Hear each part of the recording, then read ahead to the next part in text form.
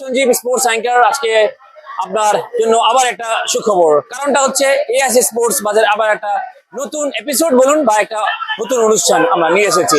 আমরা আজকে এসেছি সুন্দর একটা ফুটবল প্রতিযোগিতা, মিনি বার অবশ্যই, পরিচালনায় Dinabandhu sporting club Bhaktinagar AJP.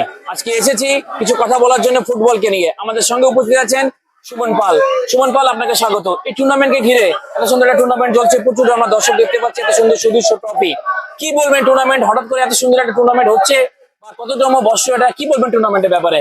প্রথমত আমি বলবো আমাদের এটা 6 নম্বর, 6 বছর ধরে এই খেলা রানিং হচ্ছে। আমাদের খুবই ভালো লাগছে, দর্শকরা সারাদিন ধরে সকাল ধরে আমাদের সাথে রয়েছে, খেলা দেখছে মাঠে, খুবই ভালো লাগছে। প্লেয়াররা বাইরের থেকে এসেছে, কলকাতা থেকে এসেছে, বিভিন্ন জায়গা থেকে এসেছে, খুব সুন্দর খেলা হচ্ছে। সাথে আমাদের রেফারিরা খুব সুন্দরভাবে খেলা চালাচ্ছে।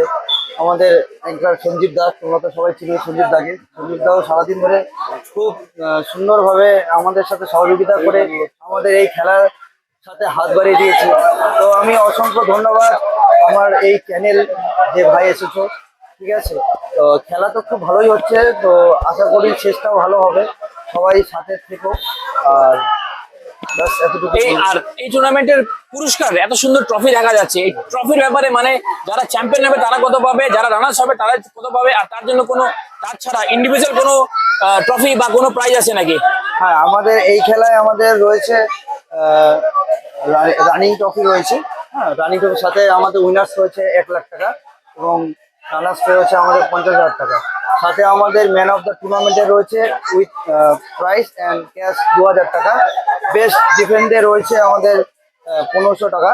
আর আমাদের রয়েছে ম্যান অফ দ্য সিরিজ আছে, হাইস্ট করে আছে আমাদের 1000 টাকা। বেস করে 1000 টাকা, বেসিস করে সরি বেসিস করে আমাদের 1000 টাকা আছে, আর হাইস্ট করে 1,500, হাইস্ট করে 1,500 টাকা। তো সাথে রয়েছে আরো অনেক রকম। আচ্ছা, তাছাড়া একটা জিনিস সুমনবাবু জিজ্ঞেস করি আপনাকে, আমি এখানে শুনলাম আর আমি নিজে বলে আসছি যে বেস্ট অডিয়েন্স ট্রফিটা লেগেছেন।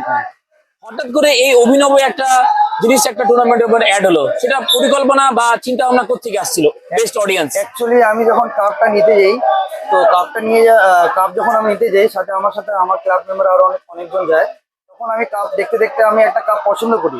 বাট সেই কাপটা আমার কাছে অ্যাওয়ার্ড টাইপের লাগে, অ্যাওয়ার্ড, যেটা অ্যাওয়ার্ড আমরা কোনো রকম সিরিয়াল বলুন, কোনো রকম বড় মঞ্চে দেওয়া হয়, তো আমার সেটা খুব পছন্দ হয়। তো সেটা আমি ভাবলাম সব রকম কাপ দেওয়া হয়। সকাল থেকে অনেকে খেলা দেখে, সকাল থেকে যে ব্যক্তি খেলা দেখে, সে ব্যক্তি বক্তা যেই হোক, যেই খেলা দেখে, তাকে আমি একটা এবছর কাপ দেওয়ার জন্য আমি মাইন্ড সেটআপটা নিলাম বেস্ট অডিয়েন্স হিসাবে। অডিয়েন্স হিসাবে সকাল থেকে যে আমাদের সাথে থেকে যে আমাদের খেলা সাথে সহযোগিতা করে আমাদের খেলা সকাল থেকে দেখে যাচ্ছে, তাকে আমি বেস্ট অডিয়েন্সের জন্য সেই কাপটা আমি নিজে থেকে বেছে নিচ্ছি।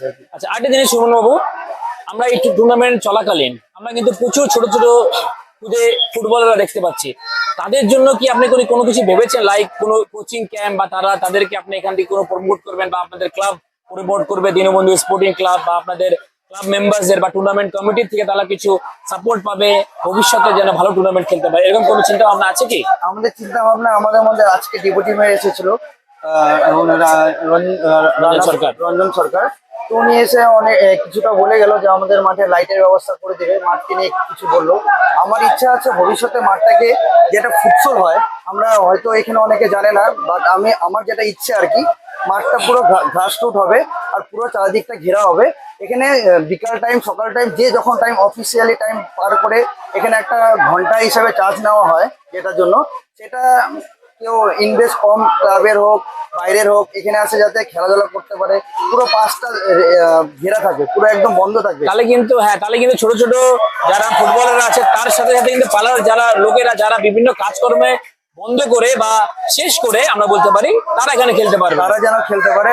আর আমাদের মাঠে অনেক বাচ্চারা রয়েছে, আমার খুব ভালো লাগে তারা এই মাঠটাতে যখন খেলাধুলা করে, তো আমি কোনো সময় যদি টাইম পাই, খেলা যখন তাদের দেখতে আসি, মানে ফুটবল যেটা খেলা অ্যাকচুয়ালি বল ধরে দেওয়া, অনেক জায়গায় বাচ্চারা দেখি সে জায়গায় হয়তো ডেভেলপমেন্ট নাই, ফুটবল খেলার ডেভেলপমেন্ট নেই, কিন্তু আমাদের এখানকার বাচ্চারা হয়তো বড়দের দেখে শিখছে অনেক কিছু, বল ধরে বল দেওয়াটা খুব ভালো লাগে। আমি জানি, আশা করি যে আমার পাড়ার থেকেও কোনো সুযোগের বাচ্চারা বড় জায়গায় যাক। আমাদের আশেপাশে অনেক কোচিং ক্যাম্প আছে আমাদের এখানে পাড়াতে। অনেকে পরিস্থিতি খারাপ থাকলেও সকালবেলা কষ্ট করে হলো প্র্যাকটিস যাচ্ছে, প্লেয়ার হচ্ছে, অনেকে অনেকে বাইরে খেলছে, অনেক বাইরে কলকাতা খেলতে যাচ্ছে। একদম। খুব ভালো লাগছে। আমি আশা করি এইভাবেই পাড়ার মধ্যে খেলাটা বজায় থাকুক। আমিও চাই আমার সিনিয়রের সাপোর্ট, এবং সাথে আমিও থাকবো। আমি খেলাটাকে ভালোবাসি, যারা ফুটবলটাকে ভালোবাসে তাদেরকে বলবো আমার সাথে যদি থাকে তাহলে আমি আরো ক্লাব নিয়ে এই জায়গাটা নিয়ে অনেক কিছু ভাবার আমার চিন্তা ভাবনা আছে, সেটা আমি করবো। একদম। আমরা জানি এতক্ষণ কথা বললাম আমরা একটা গুরুত্বপূর্ণ সদস্য সুমন দার সঙ্গে বা সুমন বাবুর সঙ্গে বা সুমন ভাইয়ের সঙ্গে, যাই বলেন। আমরা জানি উনি একজন খুব ভালো ফুটবল খেলছেন, বাট কিছু রেসপন্সিবিলিটি যখন আসে তখন কিন্তু খেলাটা থেকে একটু দূরের চেষ্টা করি আমরা, কিন্তু আমরা থাকতে পারি না। কারণটা হচ্ছে এত সুন্দর ফুটবল টুর্নামেন্টের অর্গানাইজার হিসাবে আর ছোট ছোট শিল্পী বলুন বা ছোট ছোট আপনারা ক্ষুদা ফুটবলাররা বলুন, এত সুন্দর একটা পরিকল্পনা আছে। অনেক অনেক ধন্যবাদ আমাদের সঙ্গে কথা বলার জন্য সুমন বাবু।